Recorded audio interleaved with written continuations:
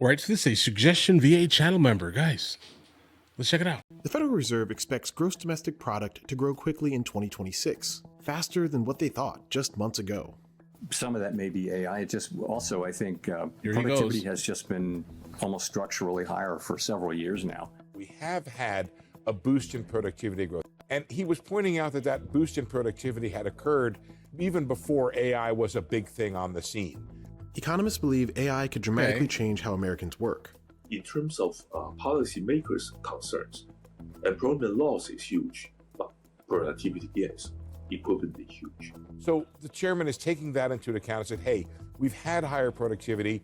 Now I'm looking at the idea that there's massive investment into AI, and I can probably expect some productivity or gains in efficiency from that. So that's, I think, part of what the Fed is thinking about right now.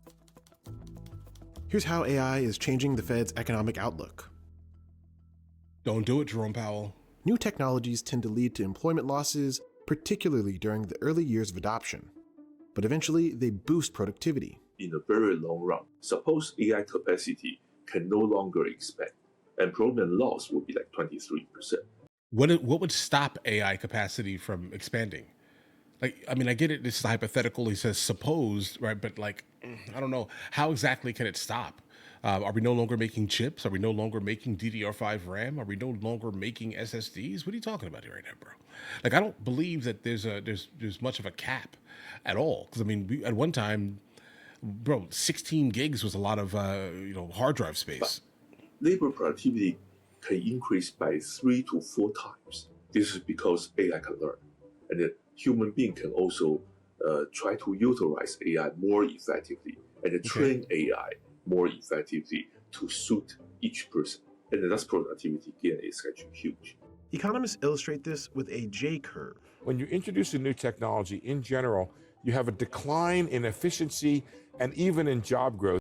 And then the data starts to show an improvement in both productivity and in job growth. And I think the Fed is seeing, at least initially, that AI will probably be flat when it comes to job growth, as are most technological introductions, that you don't get a whole lot of jobs on the front end.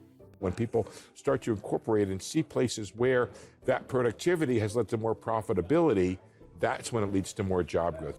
Today's labor market is growing at a relatively slow pace. What we see is that job growth has definitely taken a step down, and that's been something that's progressed throughout the year. And part of that reflects layoffs of federal workers, but also we're seeing declines in the private sector as well. So it's not just federal government layoffs, but there's definitely been a step down in job growth this year. And it looks like it accelerated since the reciprocal tariffs were put in place in April. The unemployment rate ticked up to 4.6% in November. The Fed's top economists say they can't tell how many jobs the U.S. needs to create to keep that rate from rising. As we look at an environment that's been characterized, I would say, as this low hiring, low firing, it's worth remembering that's not what the business cycle looks like. You have low hiring, high layoffs, or you have low layoffs, high hiring. For both to be low at the same time, to me, that says more like uncertainty than slowdown. The Fed's tools are not designed to address technological advancements like artificial intelligence. What the Fed is looking for is what is the sort of cyclical trend versus the secular trend.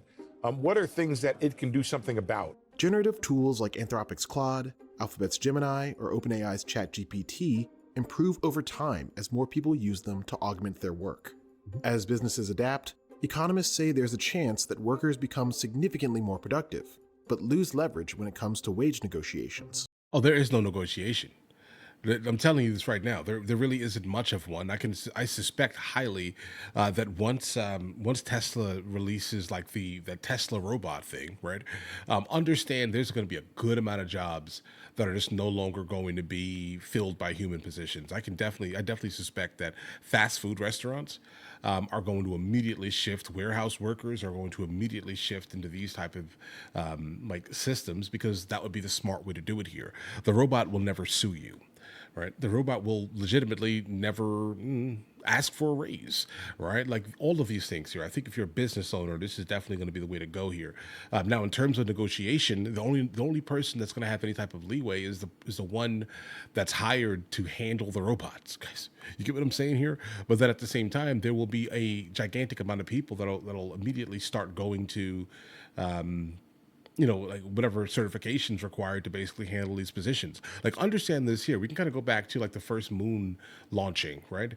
When things started moving from like handheld computers, or not handheld computers, human computers, to like full blown like IBM type of units here. Everyone had to immediately start, studying certification to understand how those like mechanical computers worked here. Again, they were put out of jobs. There were a good amount of human computers everywhere, guys.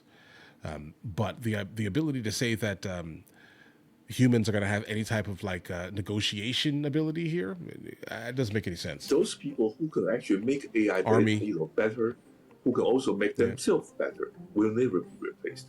But the kind of middle type people may be capped. That will turn out to be a concern for sure, because we will end up with like either lower employment or lower wage. This moment has some parallels to the past.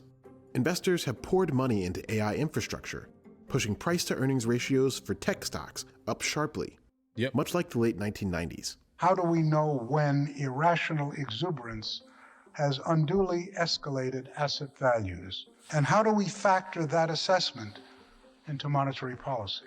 Alan Greenspan saw the investment in technologies in the mid-90s, and he decided that it was accelerating growth because it was an investment in technology that he believed was going to create productivity. And what he did in the mid-90s was decide not to raise interest rates in the face of that acceleration in growth and elevated inflation. And that was a very, very good call. It was a good call for a lot of years. The Greenspan Fed did lower interest rates amid a brief recession sparked by the burst of the dot-com bubble. Guys, this was the silliest era in history, bro. Oh no, because like understand what happened after this time. Like the reason why I'm always so against the idea of like lowering interest rates, lowering all of these things here, guys. You're giving access to the super wealthy to have basically free money, and they're going to utilize that free money, bro. Okay. This was like the real estate issues, guys. Everyone could afford a house. They were happy, right? And then what happened around here, guys? What do you think happened here, guys? Okay. This was silly. Do not lower interest rates. Do not. Stay away from that. All right. But obviously don't keep them too high, right? For too long, because then you get stagnation in business, and then people starting new businesses, taking loans, etc. Because no one wants to loan at 10%. Think about the monthly payments of that here.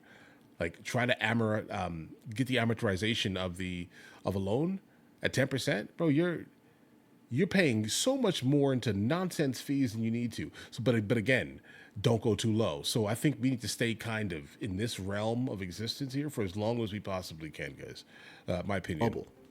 Today, the federal funds rate is expected to hover in neutral territory. That means it's neither speeding up growth or slowing it down. Houses. Greenspan came along with a theory that I think most central bankers have still adopted, which is this. The Fed should not pop bubbles. The Fed should be prepared to address their implications for the broader economy and the banking system after they pop. AI's problem is the potential of driving down wage, the potential of driving down employment. Lower interest rate may not fix those problems easily. I tend to think that AI will not behave like a normal technology in that it will kill some jobs and create other jobs, and sometimes many more jobs. But I still think that AI is not the disaster for the labor market that many people are afraid of. AI by itself, no. Yeah, guys, AI by itself, no, it's fine by itself. Like there are certain things that are just going to be taken over because humans just no longer need to do these things. But once you actually have the ability to kind of bring in like robot type things ran by AI, bro, come on, dude. That's done. I'm sorry. It's done. And make it like a really good, like attractive price to businesses. It's done. Like, why am I hiring you? Okay, paying you $40,000 a year when that robot costs $80 and I can have it, and it's going to be running for the next 10 years. Why am I doing that? That's bad business to hire a human. But bro, you are right in the comments here. If you do make it so everyone is out of work and only like a certain group of people who were able to start businesses are able to kind of sustain themselves, yeah, terrible things happen. Okay, generally, like regime change type of scenarios happen here. But that's kind of where we're going, bro. Like we're going to that exact point in our history, I think, guys. I mean, how are you going to maintain human labor when robot labor is going to be better, more efficient? It's never late. It can work longer hours. You get what I'm saying here? Productivity by default is going to shoot through the roof, specifically in like manufacturing type of jobs, guys. Because I mean, why would you hire a human that gets tired and wants a raise and can take a sick day off, bro? Right? But that's the thing. That's the thing. But I've also kind of been kind of all over the place, I think, mentally when it comes down to this type of thing. I do know if that was to happen, we'd probably end up with some like UBI, universal basic income, most likely, right? I mean, I suspect that will probably be the case if every person is just completely out of work and things like that. I can imagine that being a thing. But obviously inflation will shoot through the roof again, because if I know you have that money, I'm raising prices, right? I think that's just kind of how, like, strategically businesses and corporations are going to definitely function, right? The more money is out there, then that means I'm going to make more money, right? Which would be counterproductive, but at least you will have the kind of ability to decide what you're spending that money on, I'd say. But yeah, without anyone working, you can't sell anything. You're right. So we're kind of in like a moral dilemma, I would say, right now. But what are we going to do about this? Is AI going to take all the jobs? I don't know. Probably not. Will robots mated with AI take jobs? Absolutely. But then what? Right? Then what? Then where do we go from here? Guys, do you want to watch movies with me? I never actually thought to like promote it over here, guys. But if you guys do want to watch it, guys, we have hundreds of movies, and I mean hundreds of movies that we've reacted to. You guys can come watch them with me if you want to, along with many TV shows. Currently, we're working on the show Dexter, along with Vikings, and we have a lot of series that are already completed. But if you guys do want to watch it with me, the link is in the description. Everything's available at the second tier. But of course, if that's not your thing, guys, don't worry. Right? Listen, like and subscribe.